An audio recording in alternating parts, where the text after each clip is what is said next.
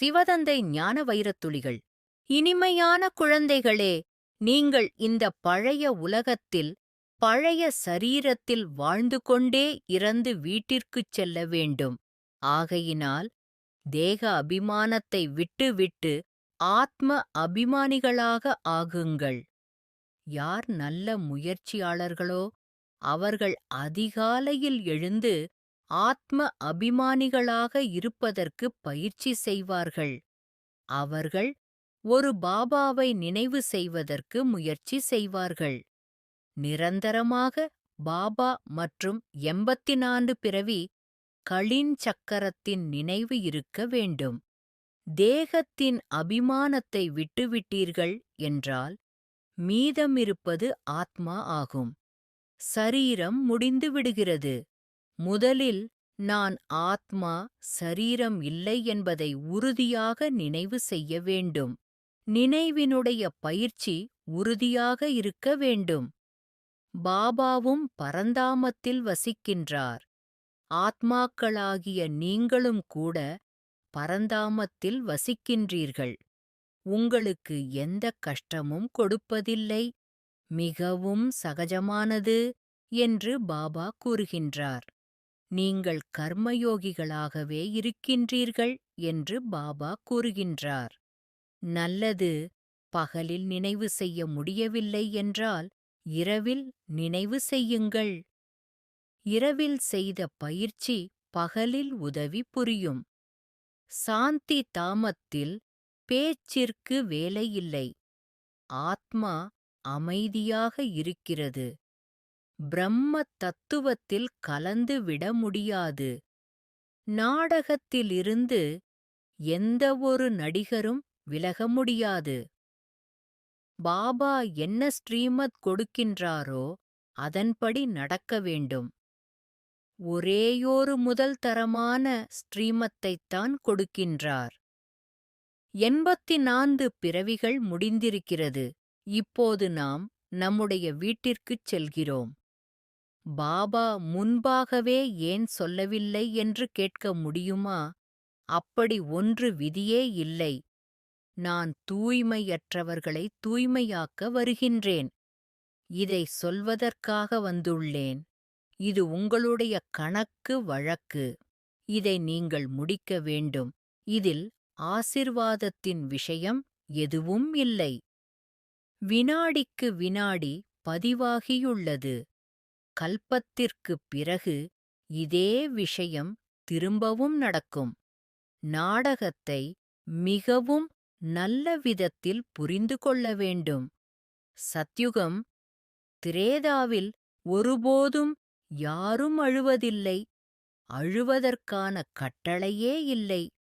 அந்த உலகமே மகிழ்ச்சியுடன் இருப்பதற்கானதாகவும் அதனுடைய பயிற்சி அனைத்தையும் இங்கே செய்ய வேண்டும். நல்லது.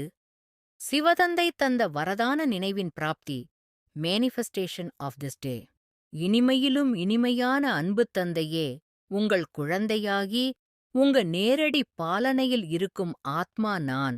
அனுதினமும் நீங்கள் தரும் ஞானத்தின் ஆதாரத்தில் முழு சிருஷ்டி, முழு நாடகமும் நன்கு எனது புத்தியில் பதிவாகி நினைவில் உறுதியாக்கிக் கொண்டுள்ளேன்.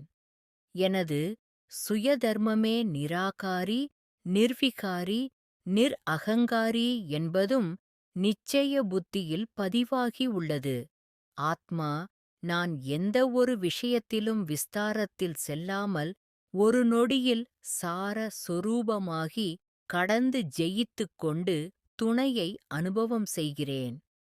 அமிர்த வேளை சமயத்தின் பயிற்சி என்பது எனது நினைவின் பயிற்சியை உறுதியாக்கிக் கொள்ள தந்தை நீங்க கொடுத்துள்ள உயர்ந்த வழியை முழுமையுடன் பயன்படுத்துகிறேன்.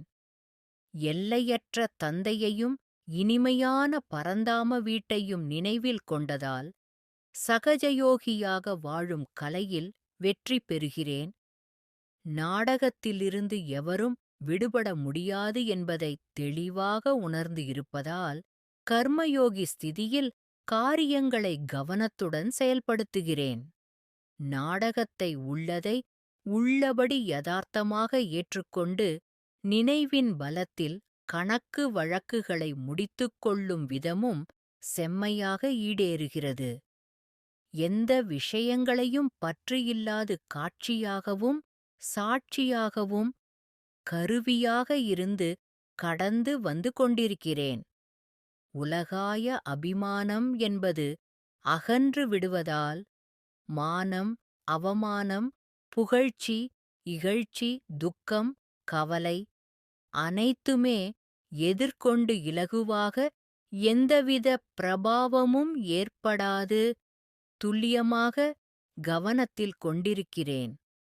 பரமாத்மா, பரமபிதா பேரொளி, பெருஞ்சுடர் சிவதந்தை, நீங்களே எனக்கு அனைத்து உறவுகளாய் சர்வ சம்பந்திகளாய் வந்திருப்பது எனது மிக உயர்ந்த பாக்கியம்.